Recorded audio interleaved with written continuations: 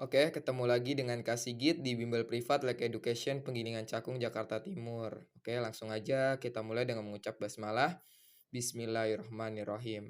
Nah, hari ini Kak Sigit mau ngebahas soal IPA kelas 8. Nah, karena beberapa sekolah di Jakarta itu, khususnya di sekolah-sekolah tempat murid-murid Kak Sigit udah mulai pada selesai ujiannya, maka Kak Sigit udah nggak mau ngebahas soal-soal tentang kenaikan kelas lagi. Jadi Kak Sigit mau masuk ke materi-materi awal ini untuk kalian yang kelas 7 mau masuk kelas 8. Terus habis itu Kak Sigit nanti masuk juga nanti soal-soal untuk kelas 9 semester 1 juga ya.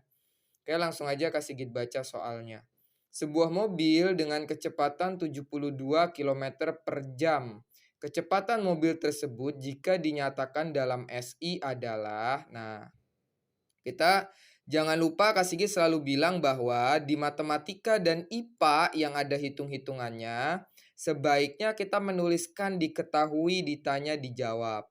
Fungsinya buat apa, Kak? Fungsinya agar kita itu terbiasa tersusun rapi cara ngerjainnya. Karena semakin rapi kita mengerjakan soal yang hitung-hitungan ya, soal-soal hitung-hitungan, maka di otak kita juga akan rapi untuk mengingatnya. Jadi rumus-rumusnya itu sama cara-caranya itu rapi di otak kita. Jadi ketika kita udah naik kelas 8, udah naik kelas 9, atau bahkan udah SMA dan bahkan tua sekalipun, ketika kita tua, maka ingatan itu akan bertahan lama.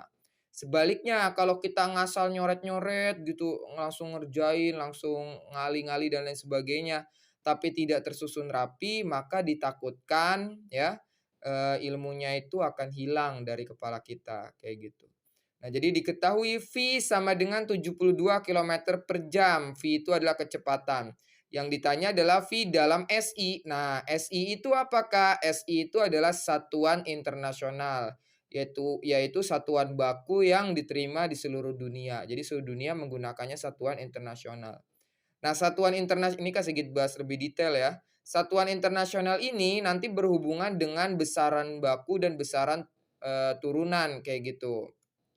Nah, nanti itu ada di pelajaran, IPA kelas 8 semester 1. Tapi ini Kak Sigit langsung masuk ke V-nya, tentang kecepatannya. Nah, langsung kita jawab, yaitu 72 kilometer per jam, lihat satuannya. Jadi kalau per itu bisa kita tulis ke samping, bisa juga kita tulis ke bawah. Nah, ini kenapa Kak Sigit tulis ke bawah? Karena agar mudah, mengubahnya. Nah, satuannya itu kita ubah ke dalam satuan SI. Nah, satuan SI untuk kecepatan itu bukan kilometer per jam, melainkan adalah meter per second. Nah, jadi S ini adalah second. Nah, caranya gimana untuk mengubah dari kilometer per jam ke meter per second? Yaitu tinggal kita kalikan. Dari kilometer berubah ke meter itu dikali berapa, kemudian 1 jam itu berubah ke second itu berapa. Nah, sebelum masuk ke sini, ini kan tinggal kita kaliin nih. Nah, Kak Sigit mau ngebahas dulu lebih detail tentang jam ya. Ini hal yang harus udah kita hafal, nggak boleh nggak. Anak SMP wajib udah hafal ini, nggak boleh nggak.